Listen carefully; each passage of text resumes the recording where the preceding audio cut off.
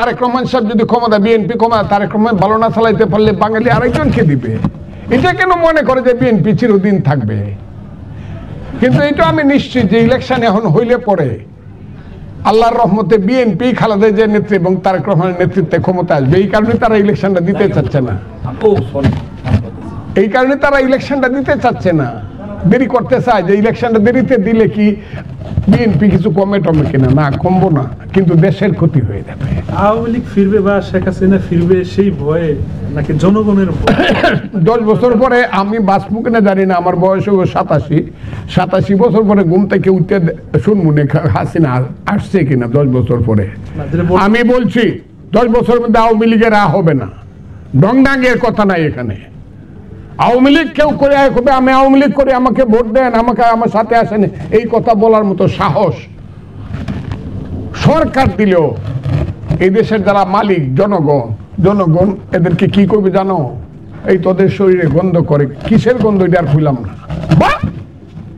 বাহাউদ্দিন নাসিম তো বলছে জনগণ। আরে বাহাউদ্দিন নাসিম ফাসিমের কথা বলে এই বাজে কথা বলার জন্য আমার কাছে বাহাউদ্দিন নাসিম ফাসিমের কথা আমার কাছে বললেন না।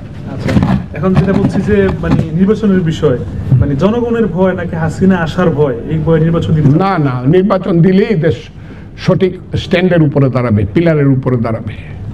আচ্ছা, বিএনপির রাজনীতিটা আসলে এখন পর্যন্ত কোন দিকে যাচ্ছে? একদম সঠিক পথে আছে বিএনপির রাজনীতি, এবং আমাদের নেতৃত্ব যে তারেক রহমান, তার ম্যাচুরিটি অনেক বেশি।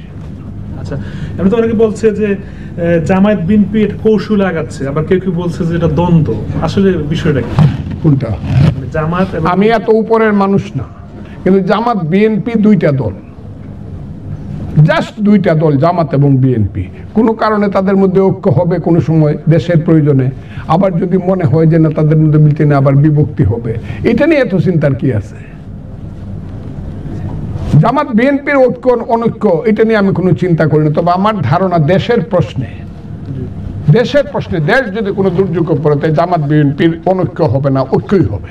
জামাত আবার সংখ্যানুপাতিক নির্বাচন চায়, যেটা অনেক। আর এইগুলো তো হইল এটা হলো তাদের যার এই স্বার্থ চিন্তার ব্যাপার, রাজনৈতিক স্বার্থ চিন্তার ব্যাপার। এটা তো আদর্শিক ব্যাপার না, এটা তো আদর্শ না। হ্যাঁ, এটা যে ডিফারেন্স হইতেই পারে, আপন বাইরে ডিফারেন্স হয়। একটা যায় নামাজ পড়বার লাগিয়ে আর একটা যায় যাত্রা গানো, একই সাথে একটা যায় এটার কি কয় এশার নামাজ পড়বার লাগি টুপি মাথার দিয়া, আর একটা যায় যাত্রা গান দিয়ে। আপন দুই ভাই, এতে কি হয়েছে?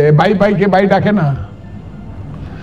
সাম্প্রতিক সময়ে শফিকুর রহমানের কিছু বক্তব্য আবার ভাইরাল হচ্ছে, যেগুলো আসলে অনেক সময় সমালোচনা হচ্ছে, কেউ কেউ আবার অ্যাকসেপ্ট করছে। শফিকুর রহমান সাহেব সম্পর্কে আমি বলছি কিছু কথা, এখন আর বলবো না। দেখা যাক, উনি খুব খারাপ কিছু করতেছে এটা আমার মনে হয় না।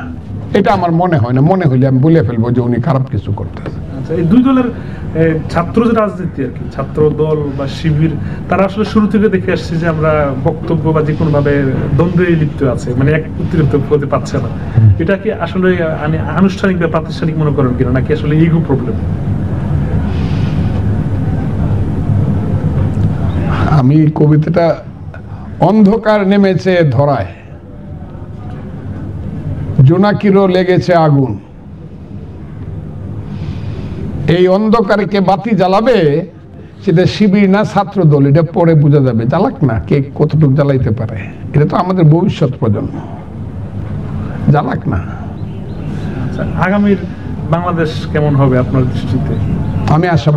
আমি আশাবাদী মানুষ। আমি আমার সন্তানকে একটা মানে অনিশ্চিত ভবিষ্যতের দেশে রাইখা যেতে চাই না। আমার ধারণা আল্লাহ রহমত করবে, জনগণের মধ্যে সচেতনতা আছে।